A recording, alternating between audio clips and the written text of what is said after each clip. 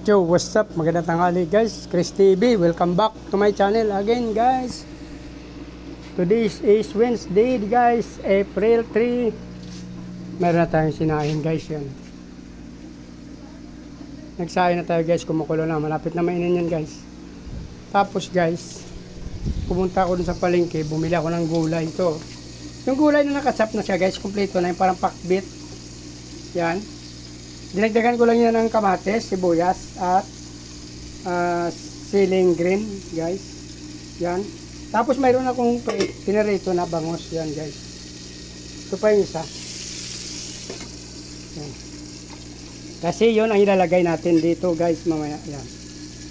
Ayan guys oh. Galing yan sa isa, yung nakabalot sa plastic to guys na parang pinakbit. Yun.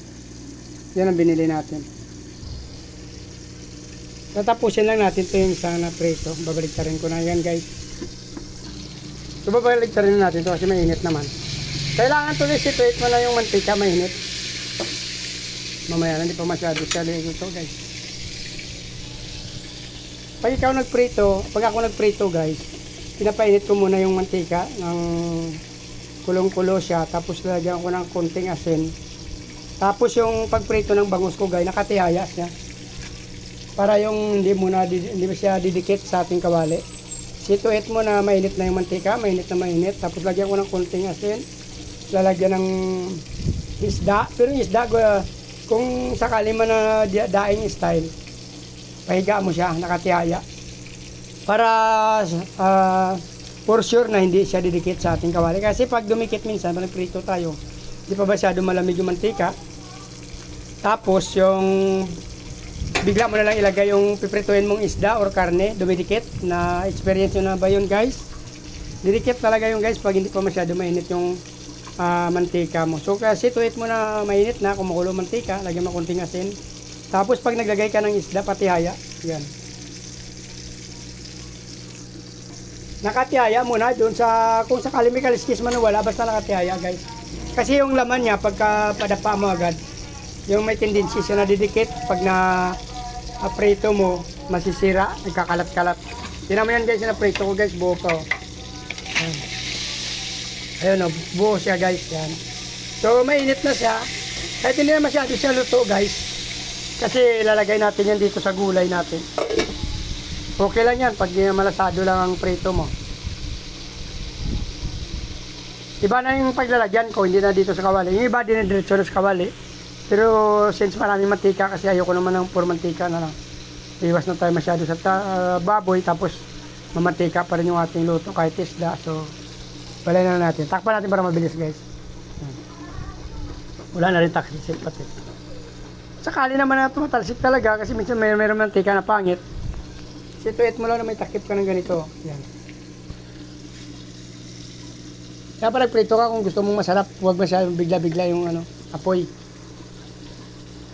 Dahan-dahan lang guys. Mamaya pakita ko sa inyo, lalagyan natin. Yun guys, tapos na tayo magprito. Yan. Ang ating bangos, dalang bangos. Mamaya atiin natin yan. Pwede na natin guys kasi parang yung dahin niya. Atiin natin to.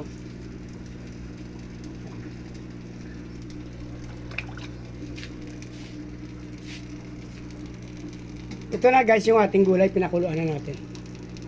Papakuluan na natin yan guys. Maglagay na lang tayo maya ng konting asin kasi ang bangus nilagyan natin asin bago prituhin guys. Yan. So yun guys, tingnan natin kung kumulo na. Guys, kumulo na siya guys ng mga 10 minutes. Lalagay na natin to. Lagyan na natin yung ating bangus.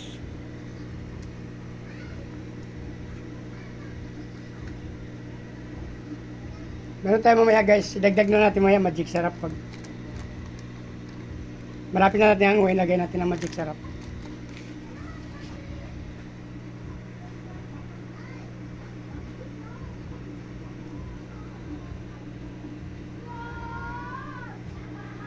Pakuloy pa natin konti guys hanggang yung pati yung bangus magkalasa sa ating sabaw.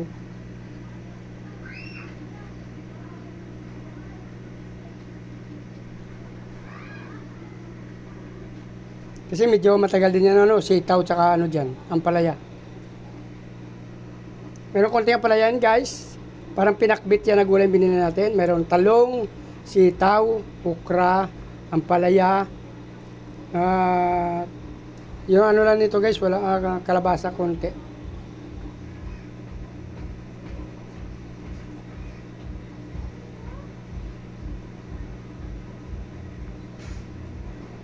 Hindi na natin nilagay sa ilalim yung bangus para hindi na madurog.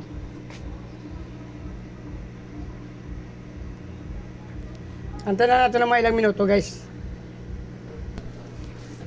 Ito pala, guys, habang nagpapakulo tayo dito, guys, mamaya-maya lagyan natin ng magic sarap, guys. Dinagdagan ko na ng konting asin. Kunti-unti lang nilagyan ng asin, guys, kasi mamaya mabiglang maalat. Habang nagpapakulo tayo dyan, guys, nilagyan ko ng tubig yung aking drum. Ito, guys, oh. Ito yung drum na since nawasa, so nag-i-stack tayo dito para pamalit sa ating mga aquarium fish, guys. Yan. Nag-i-stack tayo dyan. Mamaya lagyan natin ng pizza kung anong pizza natin tayo naglagay para hindi tayo magkamali. 2 days to 3 days natin kasi magagamit pa yan. Minsan nakalimutan tayo. Alam nyo naman, medyo nagkakaedad na kaya minsan nakakalimutan ko. Kaya ginagawa ko, naglalagay ako ng mga pizza. Ayan, February dati tapos March dito. Pero since naglalagay na tayo doon, ito kasi 3 days na rin to. Ito na yung pamalit natin, gagamitin. Tsaka itong drum. Yung isang drum na yan kasi isa mineral to. So ito na yung gagamitin ko dyan. Yan. Tsaka isang drum na yan, guys. Yan. Kasi ito mineral. Pwede rin yan, pero pang inom kasi yan. So na, guys, tikman na natin to. Kung maalat pa ba siya kasi nagdagdag tayo ng konting asin.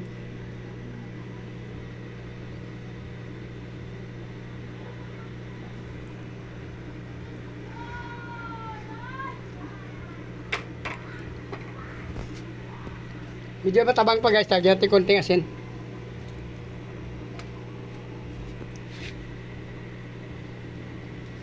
Lagay ko na yung magic sarap, guys.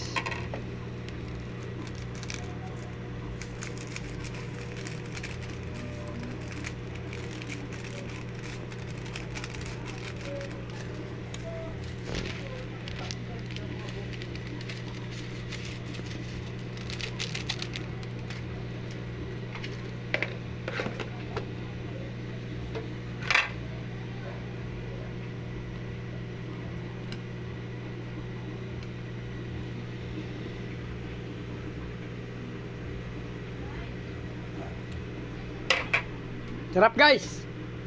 Kunti na lang.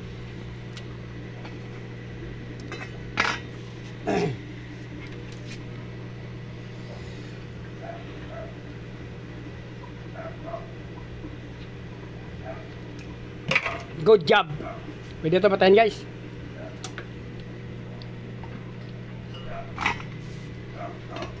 Tama-tama na dyan. Medyo may kurot ng konti kasi dalawang sili ang nilagay natin dyan.